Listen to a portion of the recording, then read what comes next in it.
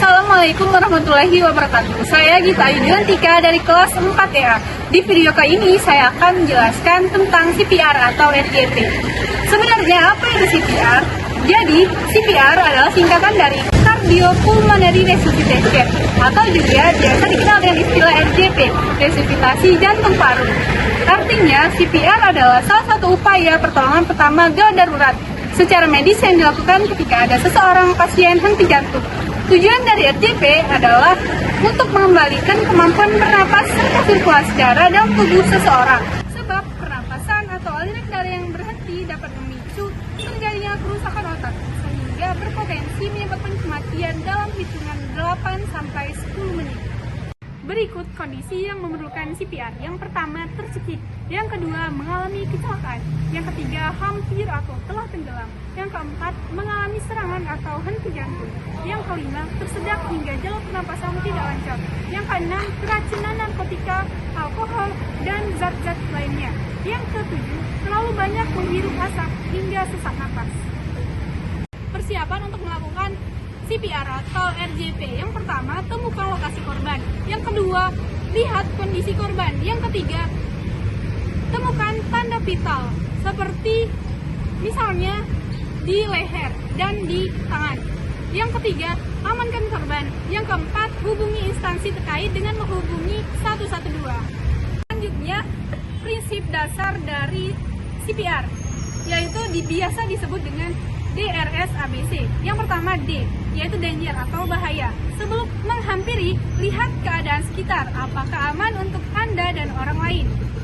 Yang kedua adalah R atau respon. Tanyakan pada korban atau tepuk pundak korban. Jika masih tidak ada respon, maka Anda harus melakukan S, yaitu shout for help atau meminta tolong dengan menelpon 112. Selanjutnya adalah A atau airway, jalan pernapasan. Dengan cara tegakkan kepala korban dengan hati-hati seperti ini untuk membuka jalan pernapasan. Kemudian B, sebelum melakukan CPR Anda harus memastikan ambulans sedang dalam perjalanan.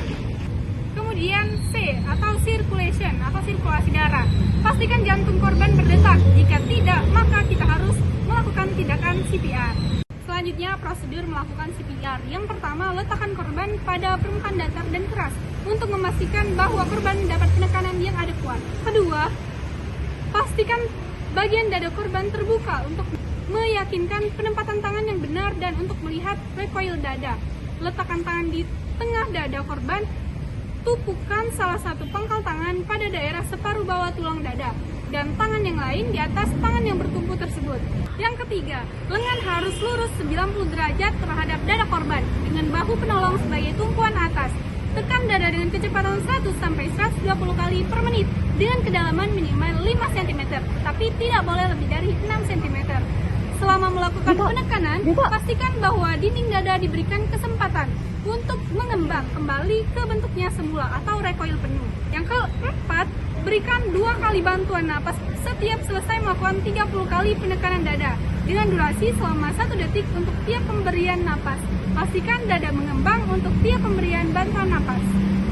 Kemudian, hentikan prosedur CPR jika yang pertama, ketika tim medis datang membawa ambulan dan peralatan yang memadai. Yang kedua, denyut nadi sudah tidak terasa dan suhu tubuh atau keadaan badan mulai dingin. Yang ketiga, korban sudah terasa nadinya atau membuka mata. Yang keempat, penolong sudah mulai merasa lelah.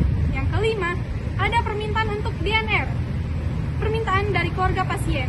Yang keenam, korban sudah mulai muncul tanda kematian pasti.